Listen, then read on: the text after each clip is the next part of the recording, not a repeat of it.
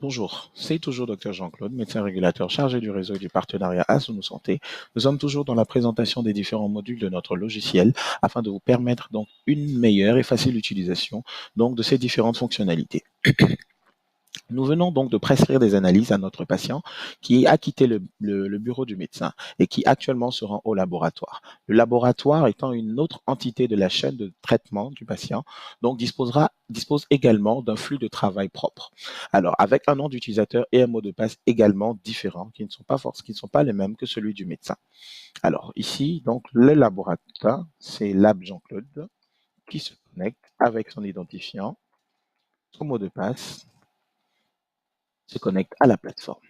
Alors, le laboratoire également va interagir avec le patient, donc c'est toujours le même menu d'accueil et le même bouton sur lequel cliquer Gérer le patient. Alors, nous allons ici euh, ajouter donc un acte puisque le patient vient probablement vient pour la première fois. Nous allons ajouter un acte médical. Je rappelle qu'il vient pour la première fois au laboratoire. Identification par le numéro. Voilà, patient malade. Toujours les champs des informations générales.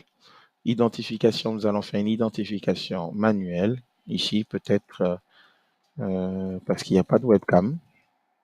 Voilà. Attester. Je rappelle que toute attestation non automatique est certifiée par le nom du médecin automatiquement. Vous allez remarquer au niveau de la catégorie que c'est sélectionné, c'est présélectionné laboratoire. La sensibilité, nous allons juste choisir donc analyse faite de manière ordinaire. Durée de séjour, bien sûr, par défaut, c'est 1. Il n'y a pas vraiment un séjour en laboratoire. La différence ici, c'est la recherche de la prescription d'examen paraclinique. Donc, c'est à ce niveau que nous allons saisir donc le numéro de commande qui a été donné donc à notre patient. Donc, nous, on va juste faire un copier-coller. Donc, pour le technicien de laboratoire ou la structure donc de diagnostic, il s'agira donc d'entrer le numéro qui figure soit sur le bulletin d'analyse, soit qui a été remis au patient. Donc, une fois que vous entrez le numéro, vous avez le numéro correspondant qui apparaît dans une sous-liste et il faudra donc cliquer là-dessus, le cocher avant de passer à l'étape suivante. Nous allons toujours agir sur le dossier médical, bien évidemment, à la seule différence qu'il n'y a qu'un seul champ disponible pour le laboratoire, c'est le champ des examens paracliniques. Donc, avec les 3 analyses que nous venons de demander, donc il s'agissait de l'INR, de la TDM cérébrale et donc de l'hémogramme. Alors, analyse par analyse, nous allons procéder donc à l'entrée des résultats en cliquant sur une des analyses. Donc ici, par exemple, pour l'INR, nous cliquons sur le petit crayon.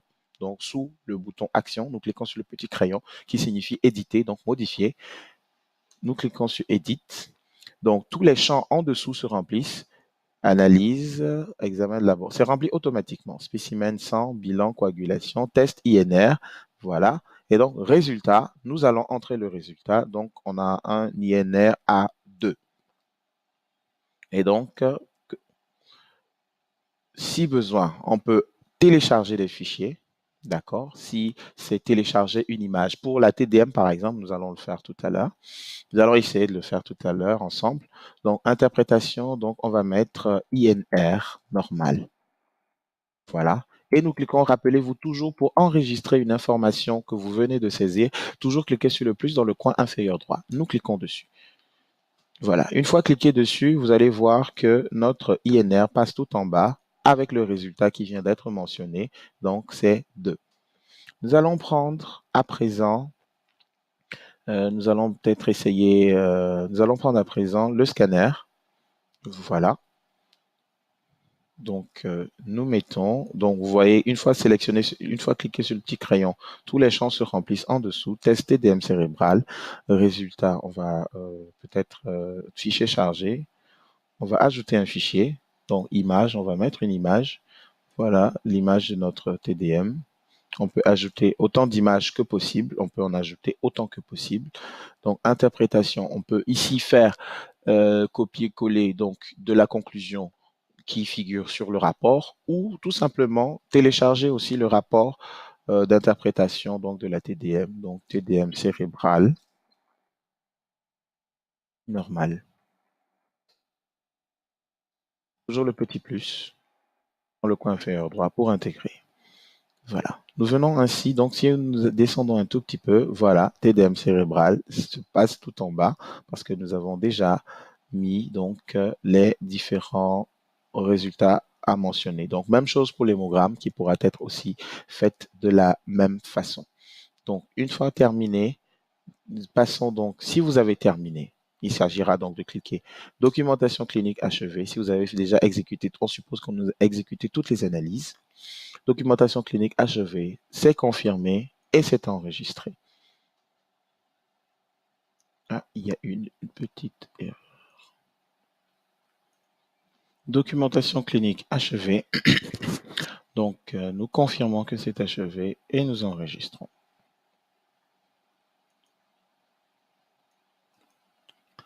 Apparemment, un petit bug que nous allons corriger très rapidement.